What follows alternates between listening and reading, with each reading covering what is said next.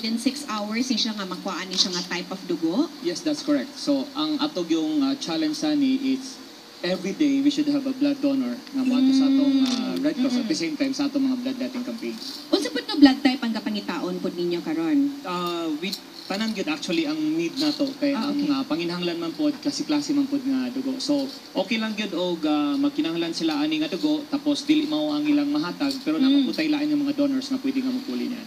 Pwede ta mag-swapping. Yes, Okay. So pwede kung naay family member nila nga dili ka parehong blood type sa pasyente, pwede magkuha og dugo, makiswap na lang dayon sa blood center nato. Okay, so solve ng problema nato diya dapit no. Pero kada adlaw ba open ang atong blood centers para mo dawat og mga donors nato? Yes. And mahibalo mi sa atong mga volunteers sa general public ng atong bagong building. Operational na siya kung nabantayan nyo na igwapo nga building na after 60 years of operation sa After atong 60 karaan. years. Yes, mas ma-accommodate na natong ayo ang atong mga donors. Ay, maayo But naman. we do not limit ourselves diya sa atong bagong nga building kaya ang atong bloodletting campaign bisag asa bisag kanusa we can make those accommodations. Sama na lang